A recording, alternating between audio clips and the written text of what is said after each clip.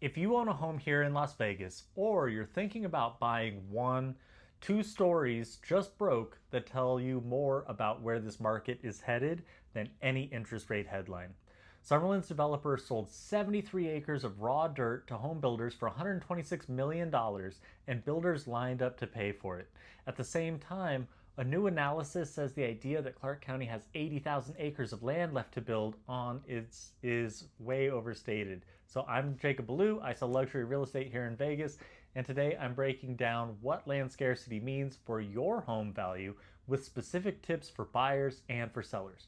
So real quick, if you get value from content like this on my Vegas markdown or breakdowns, then please hit the subscribe button and tap the like button. Please share it with people because it helps me keep bringing content like this to you every week. Okay, here's story number one. Howard Hughes Holdings, the developer behind Summerlin, just sold 73 acres to national home builders for a combined $126 million.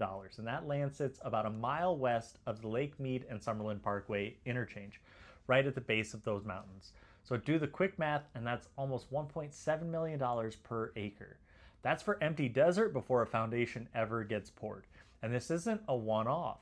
Last year, Hughes sold more than 400 acres of what they call super pad sites in Summerlin for over $400 million, including the 240-acre back bowl parcel near the Summit Club that went for about $100 million. The Review Journal's headline said it perfectly. Builders will pay a premium, and they're paying it because Summerlin is consistently one of the best-selling master plan communities in the entire country. And the buildable land along the mountains is finite. Every acre that sells is an acre that's gone. Now here's story number two. And honestly, I think this one matters even more. So for the past year, a widely cited study commissioned by the Regional Transportation Commission of Southern Nevada estimated that Clark County has close to 80,000 acres of vacant or underutilized land that could still be developed. That number gave a lot of people comfort. Plenty of land, plenty of future supply, nothing to worry about, right? Well, a new analysis from RCG Economics just challenged that study, arguing it significantly overstates how much of that land can realistically be built on. And if you live here, that passes the smell test.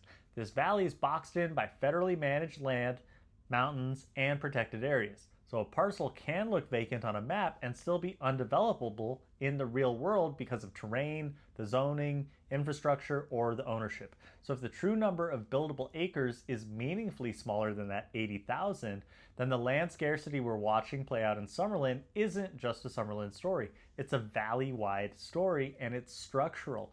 So what does that mean for market and when you're actually buying and selling here today? So here's the honest picture.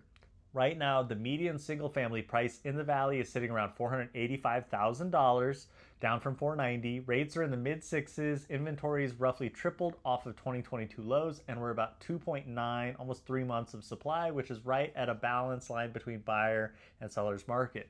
So in the short term, buyers have real negotiating power and sellers have competition, but the land story sets the long-term floor. So when developers can charge builders $1.7 million an acre and the country's supplier, the county's supply of buildable dirt is smaller than we thought, the way the cost works in every new home, and it supports the value of every existing home in the supply-constrained corridors. So think Summerlin, think the Henderson foothills, MacDonald Highlands, Southern Highlands. Two things are true at once, and smart buyers and sellers use both. So let's start with tips for buyers. First, stop waiting for a crash driven by oversupply. It's not going to happen. Crashes need a flood of homes hitting the market, and the entire land story argues the opposite is coming for Las Vegas. Waiting for 2008 to repeat is not a strategy here. Second is use leverage that you have right now. So at 2.9 months of supply, buyers are getting repair credits, closing cost help, and rate buydowns, especially on homes that have been sitting for more than 30 days or longer. So the leverage shrinks if supply tightens. So use that while it's on the table. Third, buy scarcity. In land-constrained valley, the lot matters as much as the house. Elevated views, adjacency to open space, no rear neighbors, proximity to the open mountains. Those attributes compound in value precisely because they cannot be reproduced. And fourth, compare new construction carefully. Builders paying record land prices pass that cost into their pricing. So a well-maintained resale on a superior lot in an established neighborhood can be the stronger long-term buy than a brand new home on a compressed lot. Now, here's the tips for the sellers. First, scarcity is not pricing strategy. Long-term land constraints do not mean you can overprice today. So new listings are back above 1,000 per week, and buyers are selective and payment focused. So price to the last 90 days of comparable sales, not to headlines. Second, market the dirt, not just the house. Your lot size, your view corridor, your position against open space. In a valley running out of buildable land, that is a scarce asset, so make sure your marketing says so.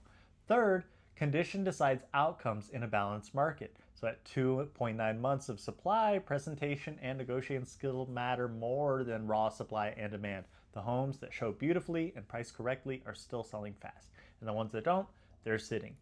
Fourth, if you're a move-up seller, this window is genuinely favorable. You can sell in a balanced market and buy your next home with that same buyer leverage before rising land costs push replacement prices higher. That trade gets harder, not easier. Supply tightens from here. So here's the bottom line. Land is the one thing that nobody's making more of in the valley. My dad said it for years. And this week we learned it's even scarcer than the official numbers suggested. That doesn't change what you should pay for a house this weekend, but it absolutely changes how you should think about owning real estate here over the next decade. So if you want help applying this to your specific neighborhood, your price point, and your timeline, I offer free consults, and the link is in the description. So subscribe for the weekly Vegas market breakdowns, and I will see you guys next time.